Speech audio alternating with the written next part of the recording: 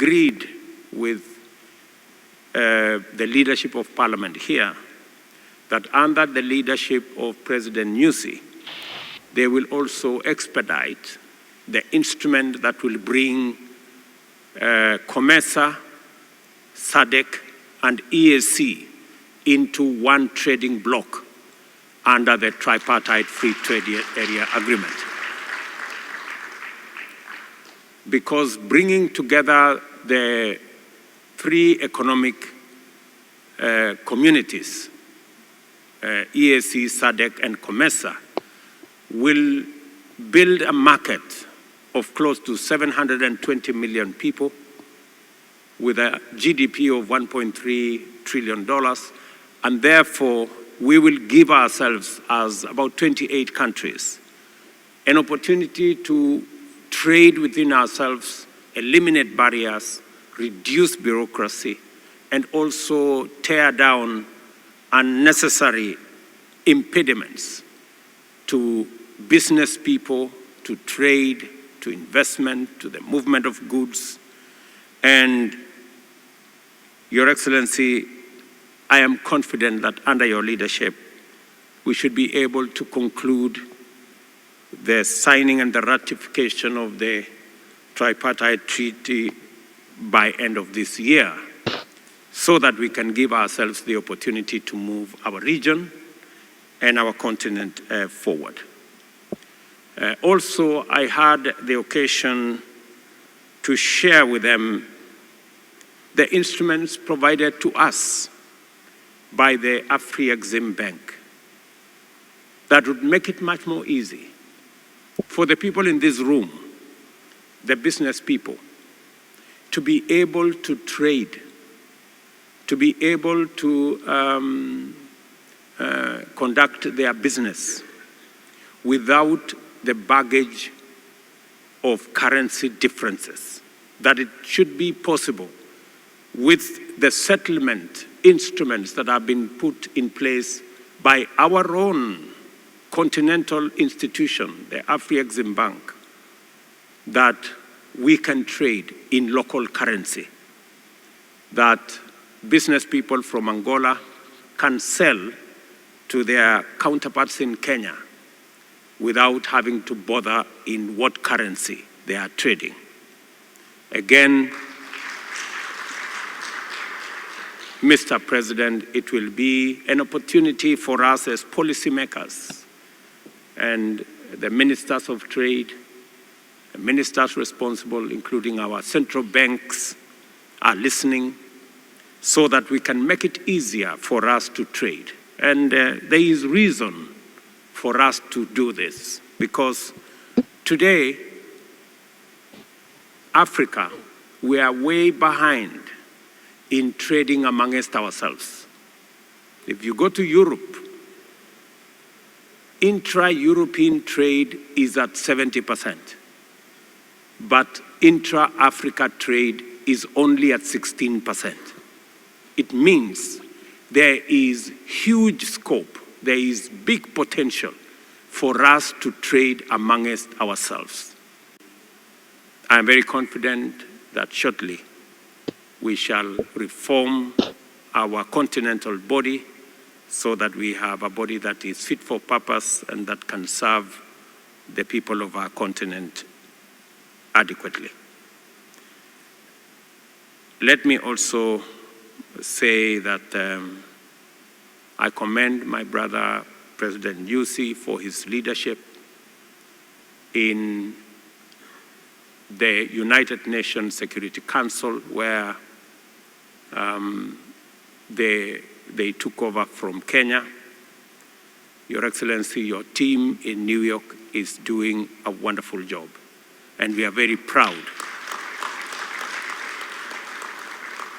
We are very proud of what Mozambique is doing in representing us as a continent in the UN Security Council, and we are proudly associated with Mozambique in that respect.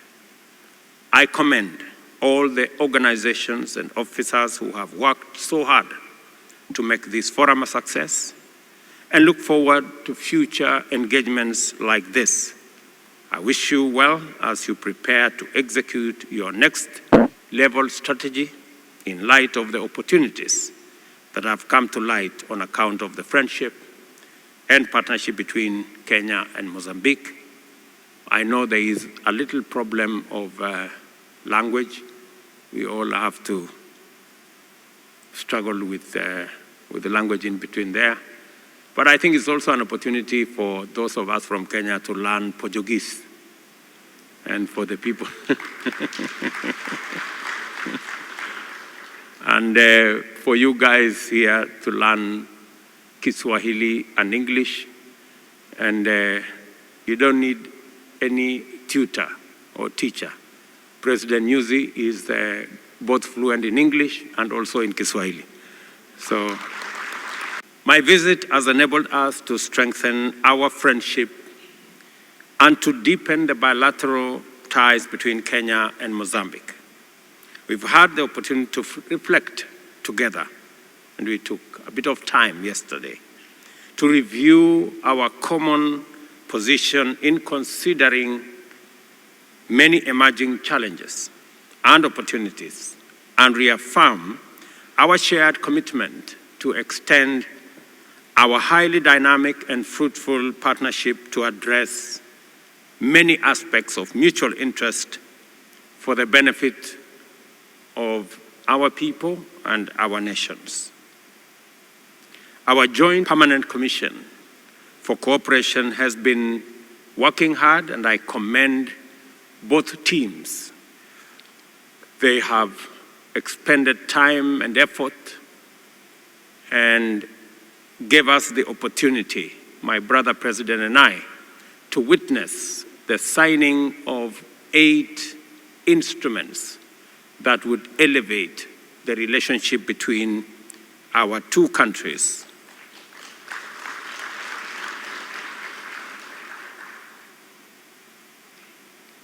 To the next level.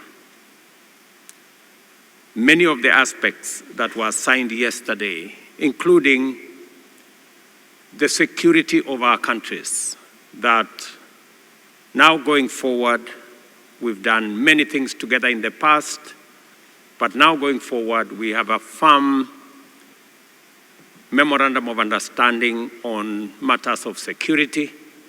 As you're all aware, Mozambique and Kenya share a region that has violent extremists, terrorists, people who engage in organized crime.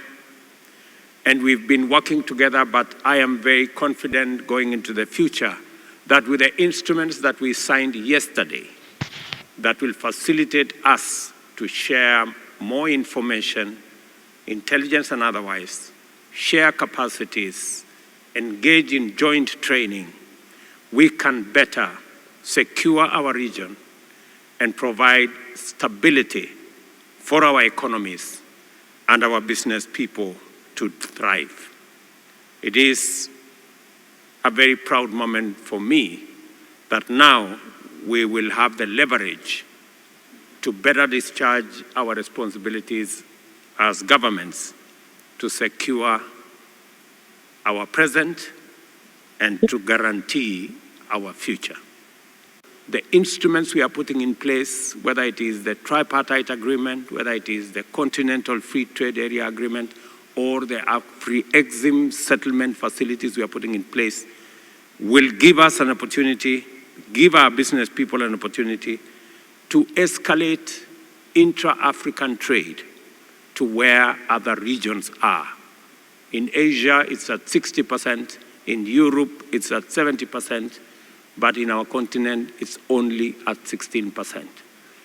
It tells us we have huge opportunity and potential.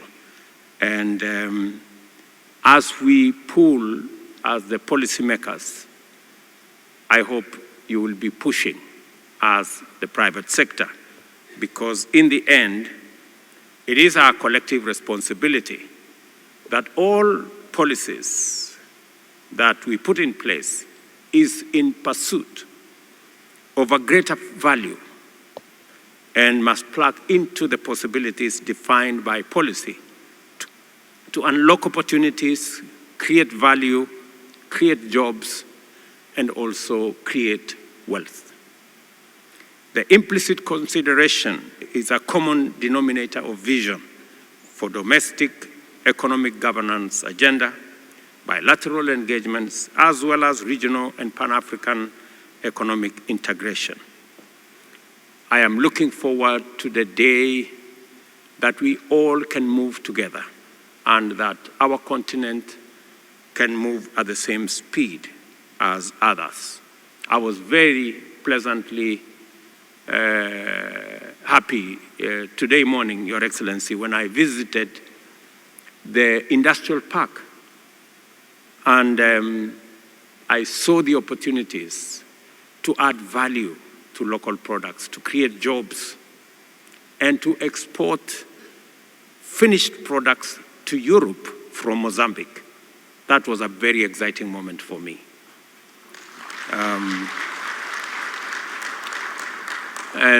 When I engaged the person who was running this facility, he also told me something very interesting.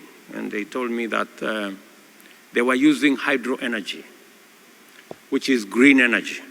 Again, it speaks to our assertion that Africa cannot continue to be a continent that is victim to climate change. We must redesign and we must recast and we must re-engineer our place, that this is not a continent of problems. This is not a continent where we are saddled with a victim mentality. This is a continent that can provide solutions to the global challenges that we have. And I am very confident, looking at what I saw today in Mozambique, that it is true that Africa can provide the green manufacturing and the green industrialization that the globe so desperately needs for us to escape from the existential threat posed to us by the use of fossil fuels and the attendant effects of climate change. The memorandum also went further on areas of agriculture, again, to share the capacities that we have in Kenya in the expertise in agriculture, and to share your own experiences in the space of blue economy and how we can use the opportunities that we have to unlock the huge potential, agricultural potential in our continent. As you all know, almost 65% of all arable land that is not cultivated at the moment is in our continent, and therefore the sharing of experience, the sharing of capacities to be able to unlock that potential is good for Mozambique, is good for Kenya, and is good for our continent.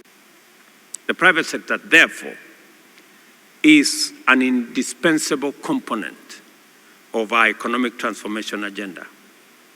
The private sector economy is the lifeblood of all development, and the business community of any country forms a critical constituency in unlocking opportunities and creating positive change.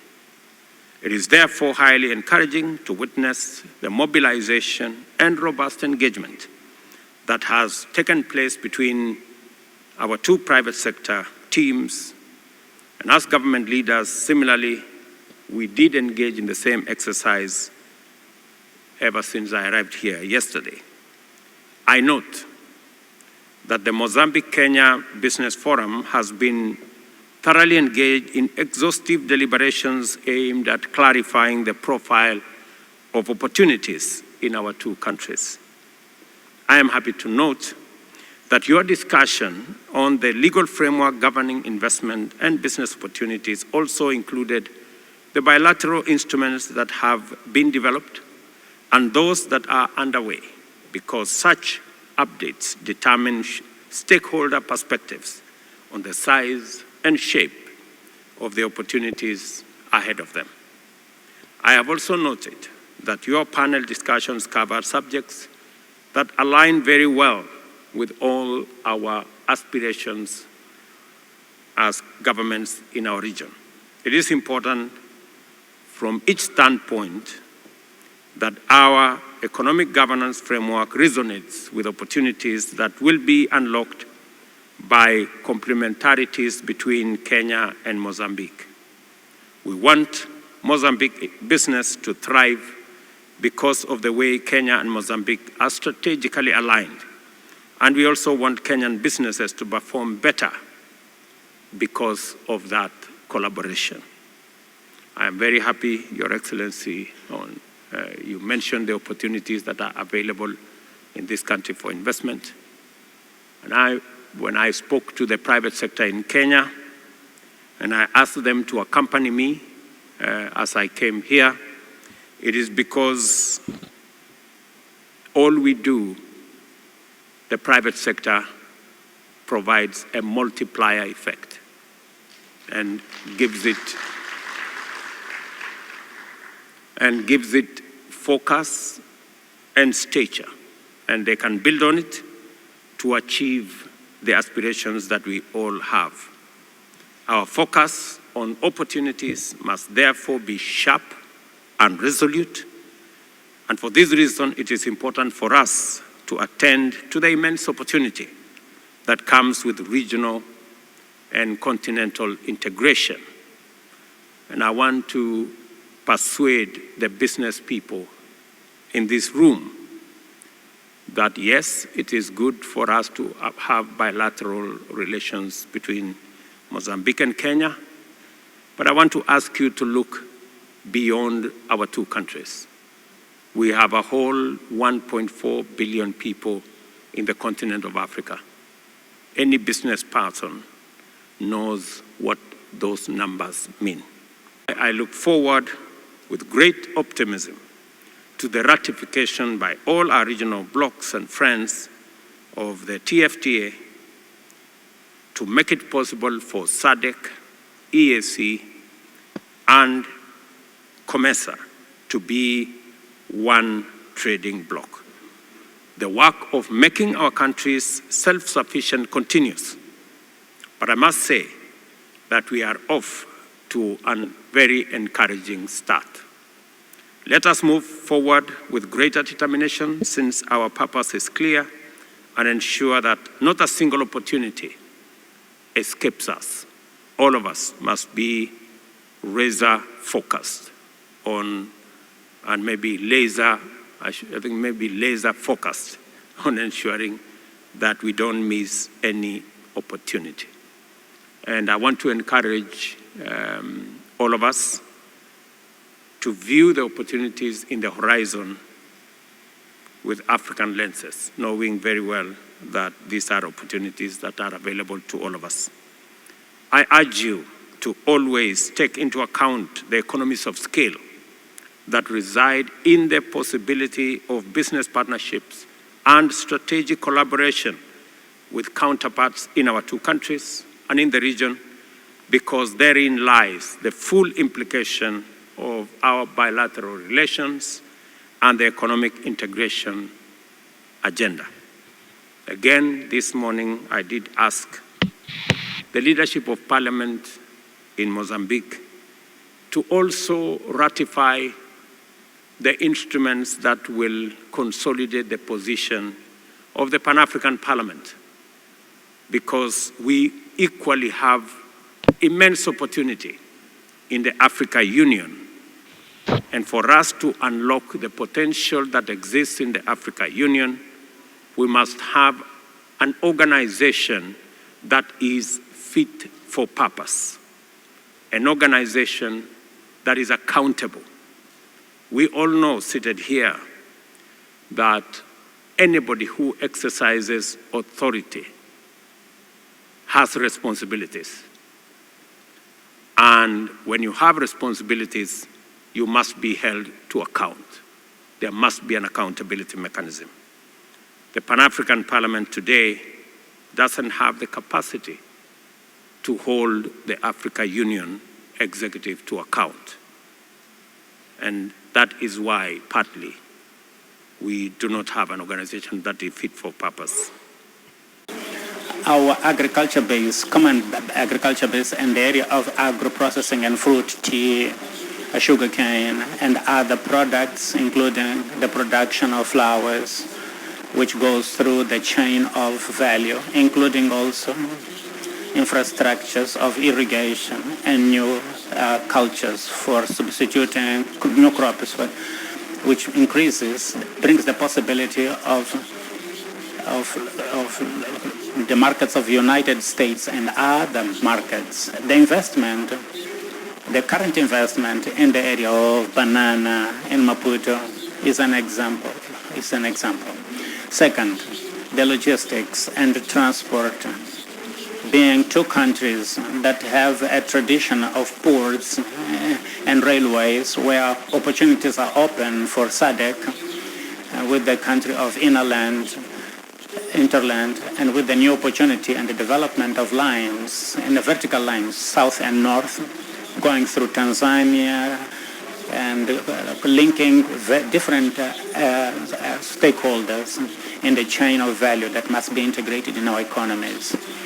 It's worth highlighting the capitalization of the development of commercial relationships with the city of Mombasa. Third, the tourism, where it presents itself as an opportunity to replicate the quality services for sun and beach, safari and business, which brings together also the air transport in the mobilization, in the mobility of people. Fourth, this transport, the finance service, where the innovation of Kenya with the electronic coin, with telephone, has spread to different countries, and with financial services to the development of the stock exchange, and with the new instruments of financing as the fund of investment and the private equity, with risk capital to leverage small and medium business with the potential of growth. Ladies and gentlemen, the government of Mozambique intends to transform all the existing potential in opportunities, concrete opportunities susceptible of encouraging the commercial exchange and private investment of the two countries. Mozambique wants to do that, giving priorities to the countries of the continent. The finance service, where the innovation of Kenya with the electronic coin, with telephone, has spread to different countries, and with financial services to the development of the stock exchange, and with the new instruments of financing as the fund of investment and the private equity, with risk capital to leverage small and medium business with the potential of growth.